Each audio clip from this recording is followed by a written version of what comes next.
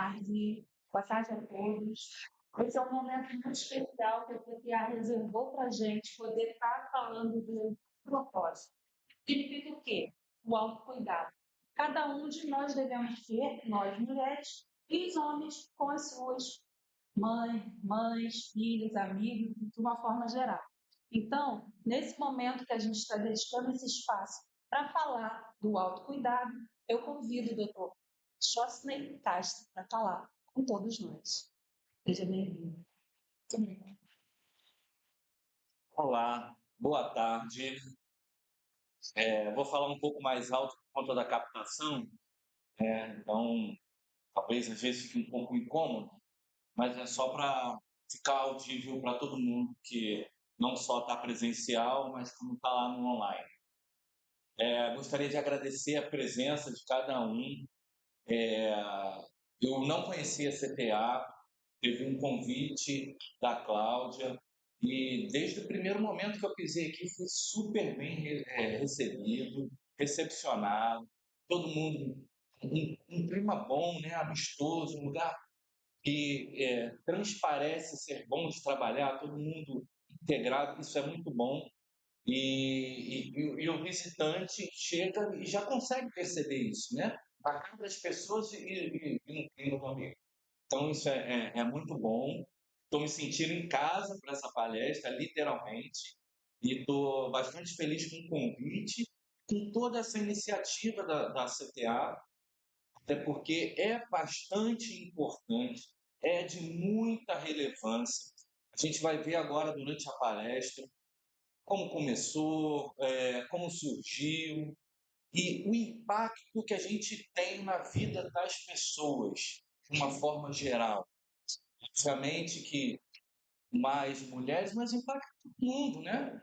Impacta todo mundo. E a gente vai entender por que impacta todo mundo nesse momento, né? Vou falar só um pouquinho sobre mim. Obrigado. Meu nome é Shostley, eu sou médico, minha formação inicial é intensivista. Intensivista é um médico especializado em paciente grave, CTI, né? Então, trabalhei muitos anos da minha vida em CTI, coordenei um dos maiores CTIs até da América Latina, público, e depois resolvi trocar de lado para outra ponta, a parte da nutrologia, da medicina preventiva. Então, eu experienciei todo um lado daquele momento de gravidade, paciente crítico, a falta de cuidado com a saúde, até onde pode levar. E hoje eu trabalho lá na parte de cuidado, prevenção, né? E isso me deu uma visão bem ampla e acabou gerando toda essa vontade de disseminar esse conhecimento, né? Passando aqui, primeiramente, queria agradecer todas vocês, mulheres, pela presença na palestra. A gente sabe que os dias são corridos, que não é fácil, muitos afazeres dentro do trabalho, fora do trabalho, mas vocês estão aqui se preocupando em cuidar da saúde de vocês com carinho, né, com dedicação. Então, a gente sabe que a inspiração de vocês dentro das famílias e dentro do trabalho, né, gera muitos laços afetivos e de progressão para a gente de uma forma geral, né? Cuidado com a saúde é muito importante, se amar é muito importante, estar antenado com todas as coisas de prevenção. A base dessa palestra é a prevenção. Você chato em falar em prevenção, prevenção, prevenção, porque é sobre isso o Outubro Rosa. É sobre câncer de mama? Mas é sobre prevenção. É sobre prevenção. Atentar para os primeiros sintomas, ou até mesmo antes dos sintomas, né? Mas Gostaria também de agradecer a presença de todos os colaboradores masculinos, todos os homens, porque, afinal de contas, vocês são disseminadores, vocês podem disseminar e devem disseminar conhecimento aonde a minha voz não chegou, aonde eu não tive possibilidade de falar, né, com a mãe de vocês, esposa de vocês, filhas, é, primas, conhecidos. Então, vocês podem disseminar isso, devem disseminar. Isso é muito importante. Então, obrigado aí pela presença de vocês também, como disseminadores.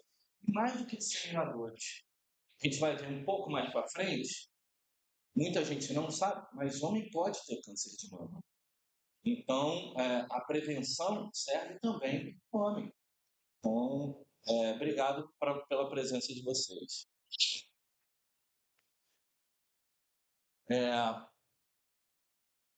Como é que começou? Quando é que começou toda essa parte do Outubro Rosa? Da onde veio essa ideia?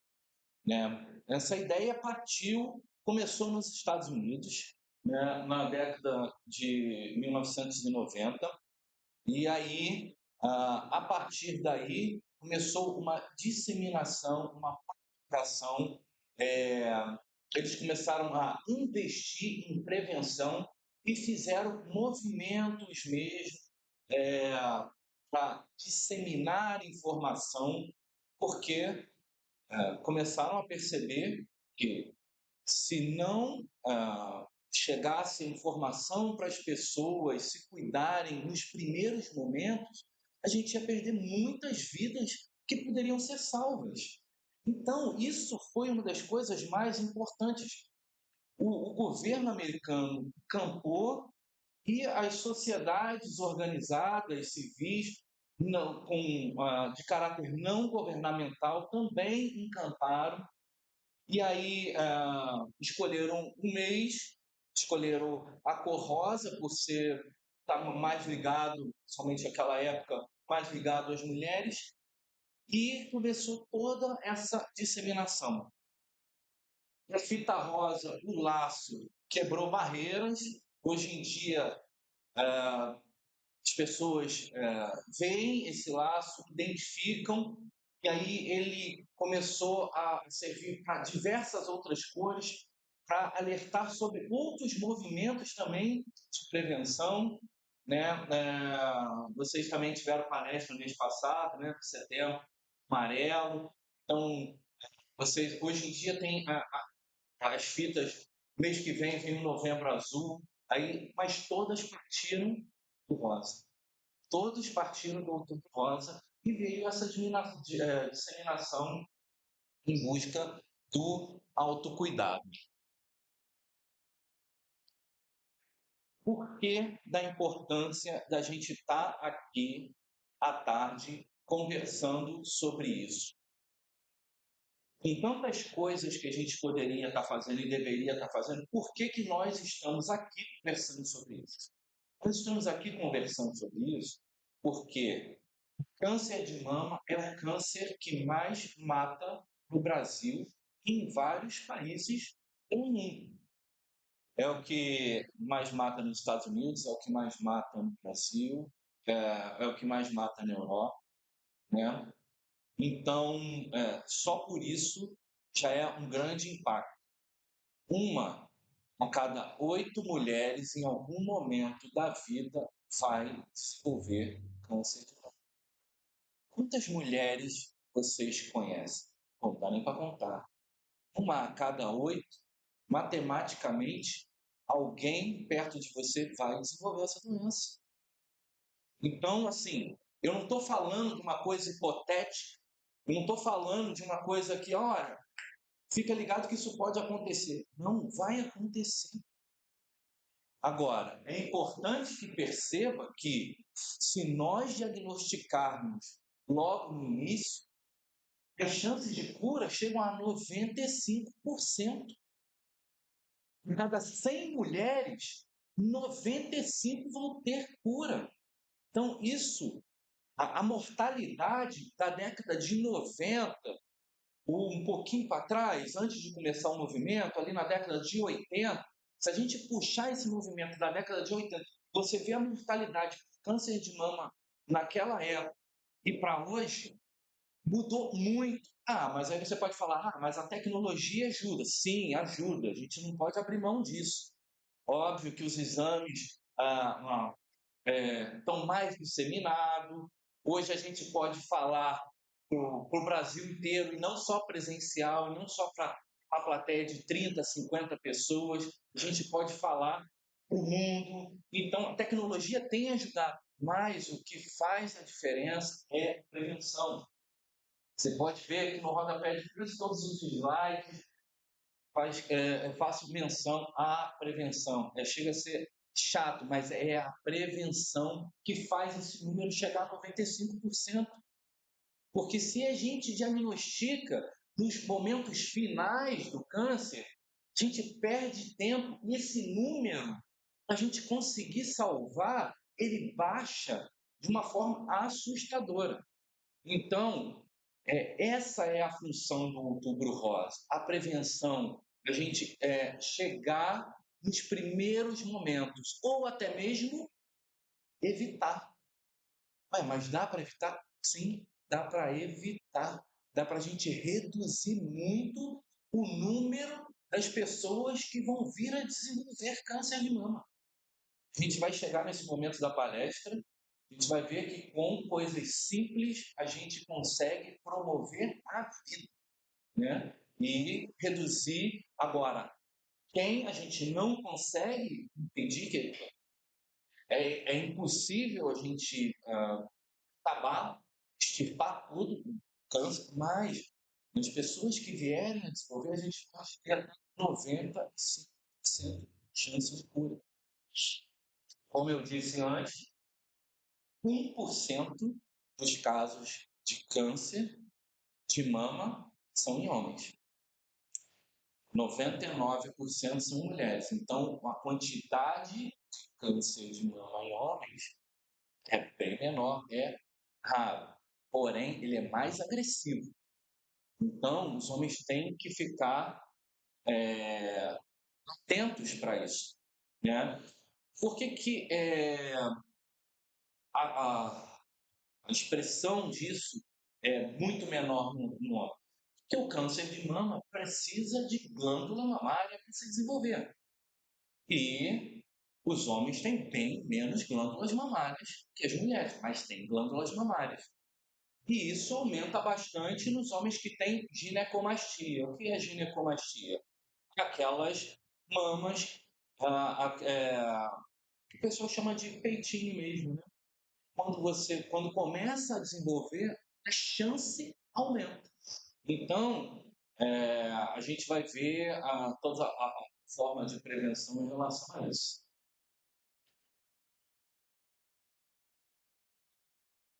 Vamos entender de que é o câncer. O que é o câncer? Nosso corpo é formado por células. É como se fossem vários tijolinhos formando o seu corpo. Parede toda ligada, né? Cada órgão tem a sua função, mas são formados por células. Essas células desenvolvem trabalhos, produzem hormônios, enzimas, substâncias para fazer o seu corpo ir funcionando. Por algum motivo, e muitas vezes alguns a gente sabe o motivo, outros a gente não sabe, algum grupo de células sai do controle, porque a proliferação dessas células é completamente regulada. Não cresce célula ou morre célula a esmo no nosso corpo. Não, é tudo bem programadinho, é tudo bem ajustadinho. Que a célula que vai envelhecendo, ela morra e seja substituída por uma célula completamente funcional e que possa manter a sua vitalidade, sua jovialidade. Claro que com o tempo, essas células vão envelhecendo também, a gente vai passando pelo processo natural de envelhecimento. Porém, elas vão sempre sendo renovadas. Poucas células do corpo, como o do sistema nervoso central, não funcionam dessa forma. A renovação de células no sistema nervoso central é rara, muito pequena. Você nasce com um número de células no seu cérebro que dali é só para menor, não vai aumentar. E ela só vem ampliando. Agora, as células da pele, as células do sangue, a célula do fígado, a célula do rim, a célula do pulmão, elas vão se renovando para manter os seus órgãos sempre funcionantes.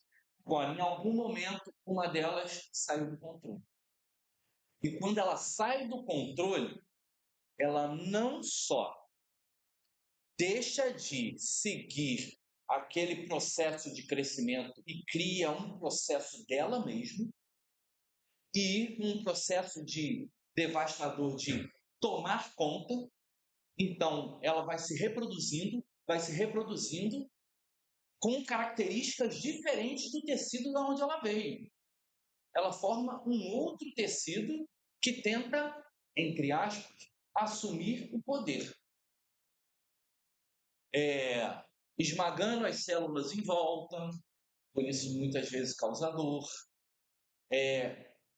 gerando substâncias que vão atuar à distância, causando desorganização no corpo, roubando nutrientes, e aí por isso faz o que a gente chama de síndrome consumptiva, as pessoas no estágio mais avançado perdem peso, ficam bem magrinhas, ficam anêmicas, etc. E tal, porque vai roubando, de que ela puder roubar, ela vai roubando.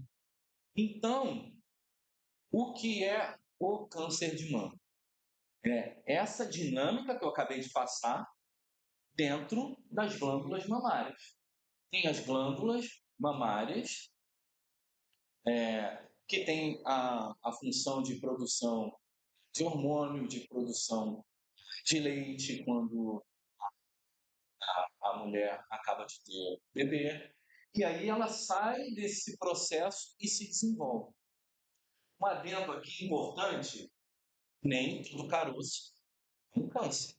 Verdade, a maior parte dos casos não são câncer. Inclusive na mama.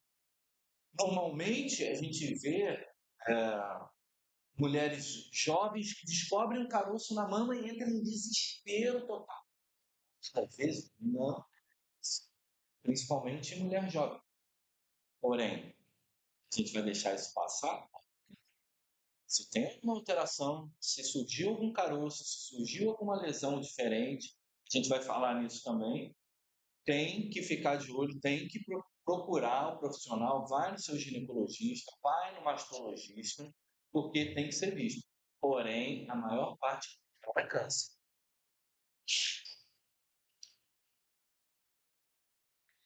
Entendendo o que é câncer, como foi essa formação e que essa estruturação ele vai sempre se associar, formar grupos e aí formando uma massa, formando um caroço, formando coisas do tipo, é baseado nisso que vem a parte do autoexame. O que é o autoexame? Mulher mensalmente fazer toda aquela movimentação para palpar a mama. Então, isso é uma coisa que vem da vida inteira.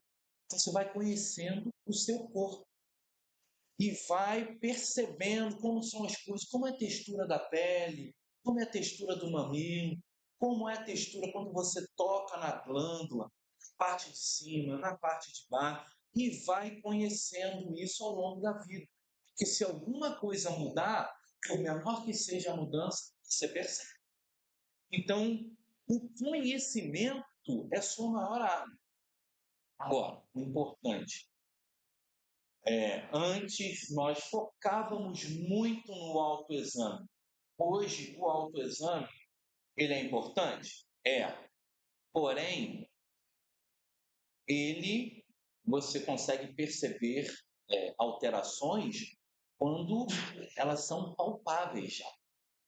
E isso já está lá na frente. O ideal é perceber quando não tem sintoma, quando não tem massa, quando não tem ainda alguma coisa ali se desenvolvendo. Então, a gente deve perceber ainda quando está nos micro detalhes.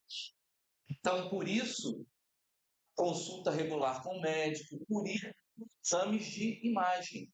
Porque através dos exames de imagem de alta resolução, a gente vai conseguir perceber.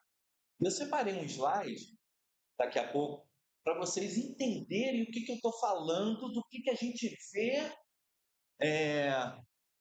o que é microcalcificação. É muito antes de palpar alguma coisa ali na mama. Então, esse é o estágio que seria o ideal do diagnóstico. E nem todo mundo, por não ter o acesso à saúde, por não ter conhecimento, nem todo mundo consegue ser detectado de forma precoce. Mas esse é o ideal.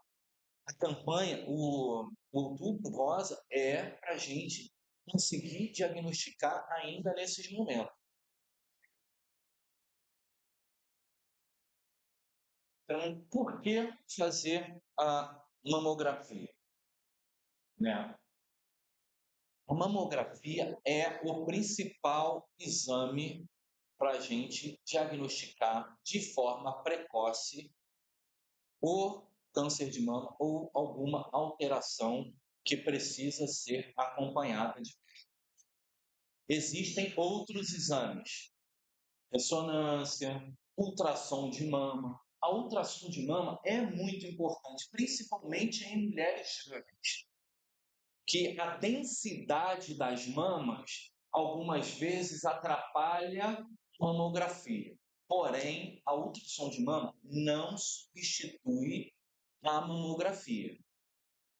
Por que eu estou dizendo isso? Porque a ultrassom de mama é mais fácil de ser feita. Vocês já devem ter feito, a maioria das mulheres já deve ter feito aqui mamografia, e elas são incômodas, né?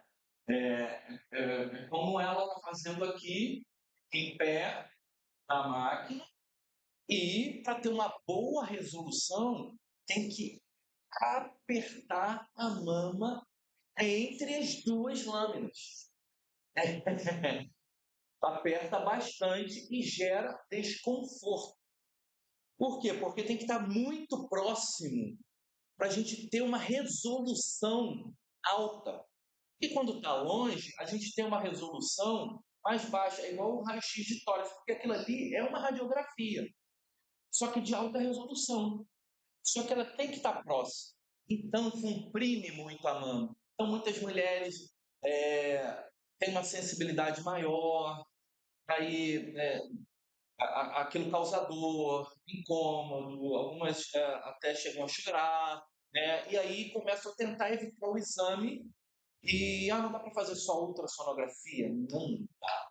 Ultrassonografia é muito bom, porém não consegue enxergar as microcalcificações. Ela só começa a enxergar uma lesão quando ela já é um pouco maior, né? Então, mas ela é melhor para enxergar um cisto, por exemplo, em que a gente, na mamografia, às vezes tem a dificuldade de saber se aquilo é massa, uma massa, ou se aquilo ali tem um líquido dentro. Mas por que isso faz diferença? Porque cistos, 99% são benignos. Massa, já não é assim. Então, faz diferença eu saber se é um cisto ou uma massa na hora de conduzir o tratamento. Fecha diagnóstico? Não fecha diagnóstico. Quem fecha diagnóstico de câncer é biópsia. Quem fecha diagnóstico de câncer é biópsia. Mamografia fecha diagnóstico de câncer? Quem fecha diagnóstico de câncer é biópsia. Só.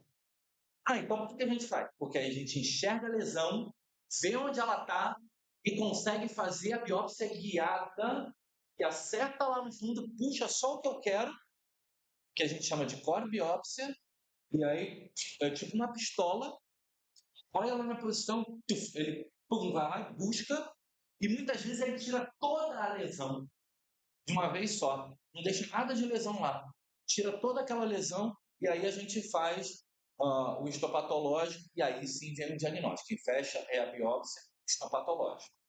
Mas eu só consigo enxergar se a gente conseguir fazer a mamografia.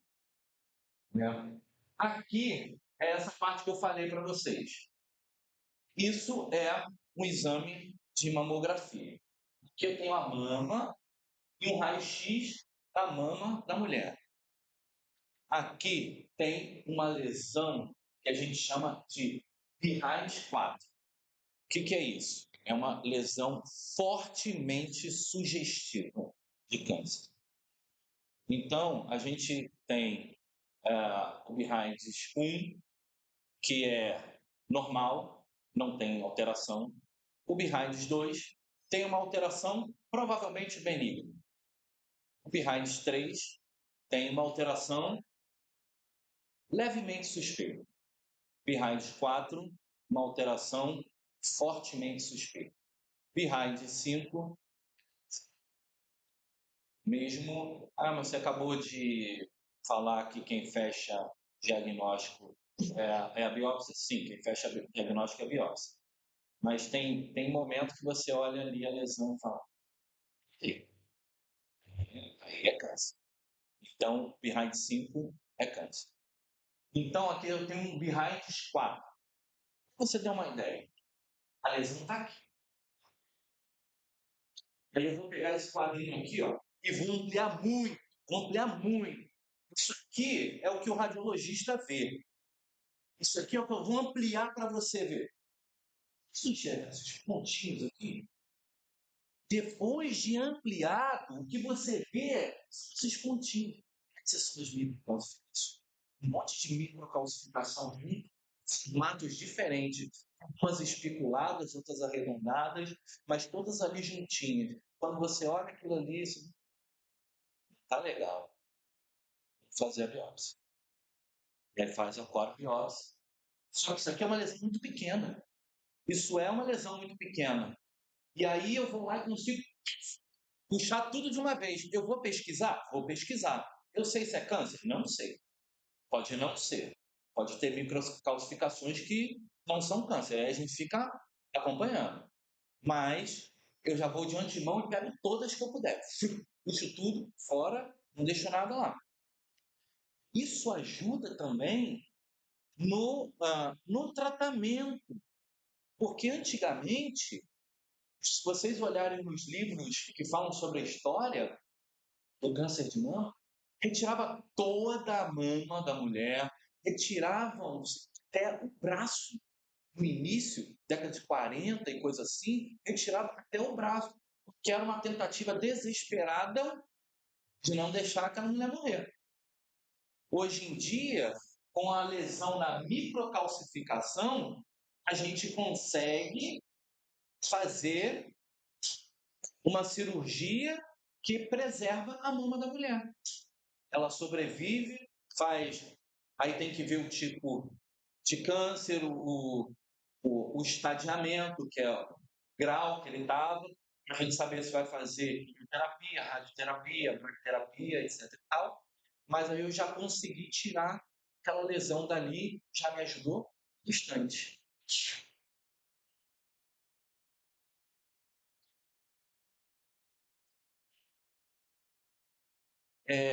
Vamos lá. Fiquem atentas aos sintomas. Nódulos endurecidos, isso é no autoexame. No autoexame, palpou um nódulo endurecido. Procura um ginecologista, procura um mastologista. Alteração na pele. Pele em formato de casca de laranja. A pele está mais rugosa, endurecida. Não é mais aquela pele sensível e lisinha. É uma pele em casca de laranja, como a gente procura o ginecologista. Mudança, alteração no formato do mamilo, na consistência, na densidade. Dor persistente na mama, sem nenhum histórico de trauma, não bateu, não aconteceu nada, está doendo. Descarga pelo mamilo, começa a soltar secreção, principalmente em apenas um, né? Se forem os dois, tem que ser hormonal. Alteração hormonal pode fazer liberação de.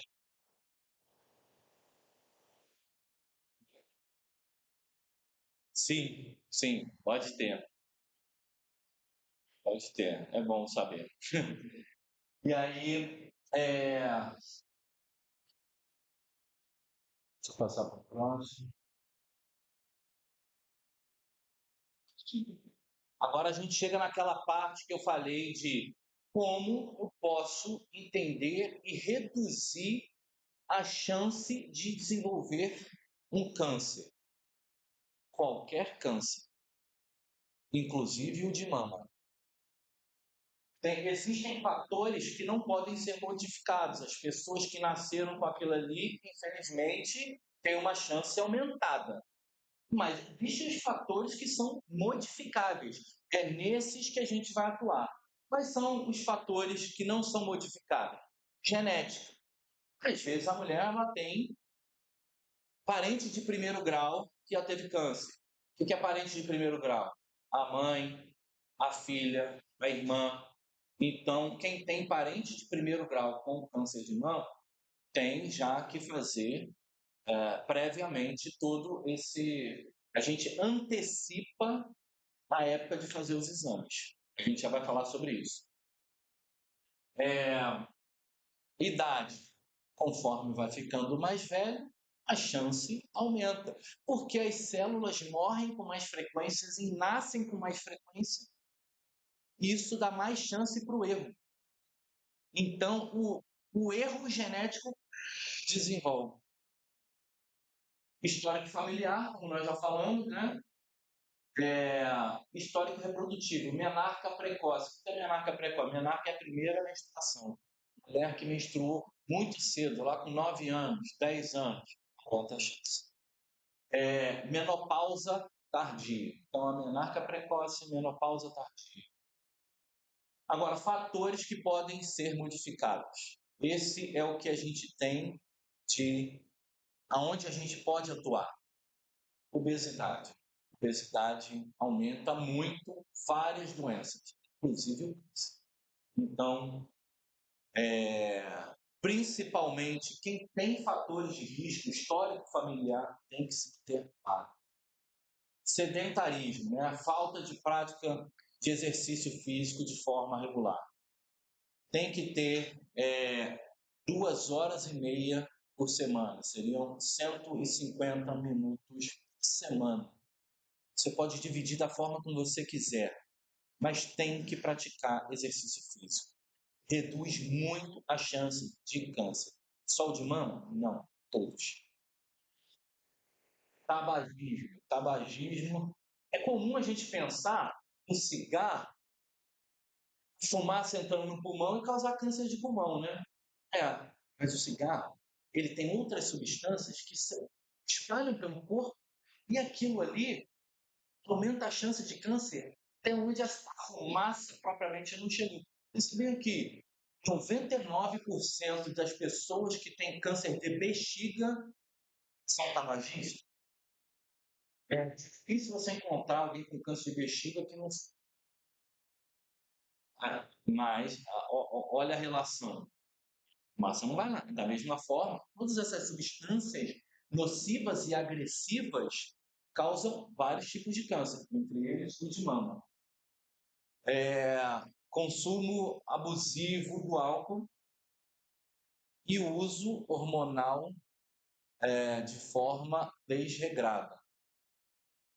Entenda bem, no passado, o uso do hormônio, principalmente reposição hormonal na mulher menopausa, era tido como fator de risco para câncer. Hoje em dia, não é. Tem as mulheres que não são, que são contraindicadas porque têm familiares históricos em primeiro parentes de primeiro grau, então essas são contraindicadas. Mas hoje a gente sabe que a reposição hormonal da menopausa reduz mortalidade, reduz ganho de peso, aumenta a disposição, aumenta a longevidade da mulher, sem causar câncer. Então, a gente só tem que estar bem acompanhado de quem trabalha sério com isso, consegue fazer um papel sério para quem tem indicação do hormônio.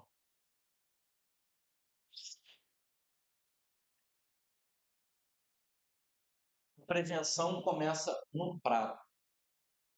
Se alimentar bem faz prevenção para a maior parte dos tipos de câncer, inclusive de mama, né?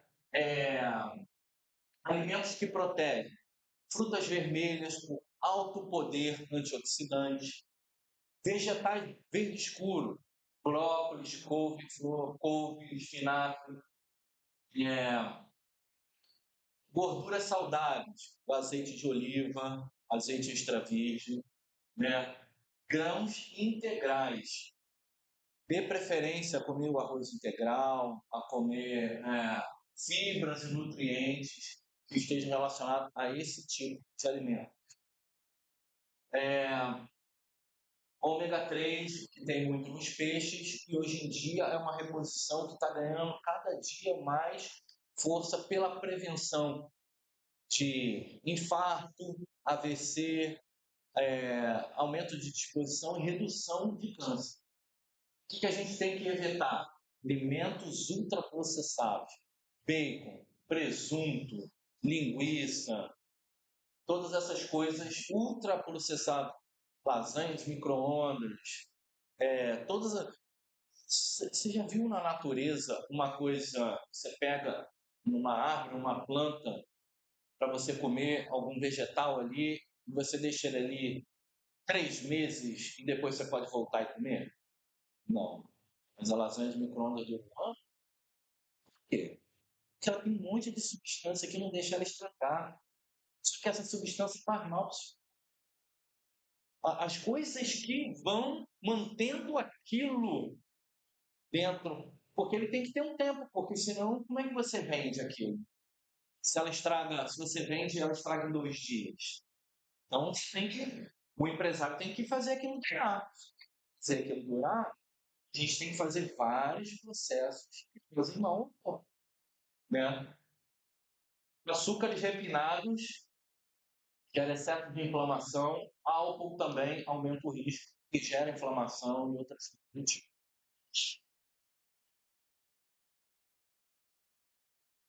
Pequenas atitudes que salvam a vida. Mantenha seu peso dentro da parte saudável.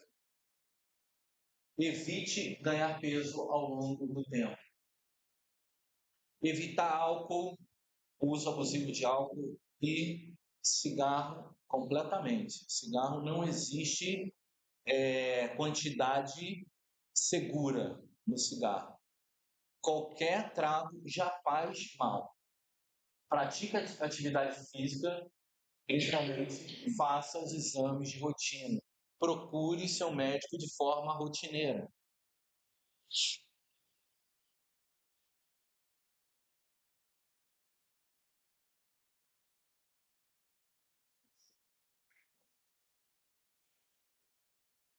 Hoje em dia, o tratamento do câncer ele é bastante específico.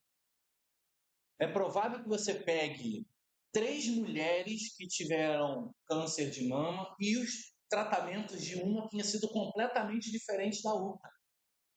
Porque hoje a gente consegue personalizar o tratamento, porque a gente consegue saber detalhes do tipo do câncer, da idade. A gente já experimentou tratamentos e viu quais eram mais atuantes para grupos de câncer, para grupos de pessoas, para tipos de pessoas em idades diferentes. Então, hoje em dia, a gente consegue fazer, indicar com mais precisão cirurgia, a radioterapia, quimioterapia e mulheres que têm câncer de mama, que são responsíveis ao hormônio, que alguns cânceres de mama respondem ao hormônio. Então, existe um tipo, a hormonioterapia, aquele tipo de câncer específico. Então, a gente causa menos impacto e tem uma eficiência maior, né?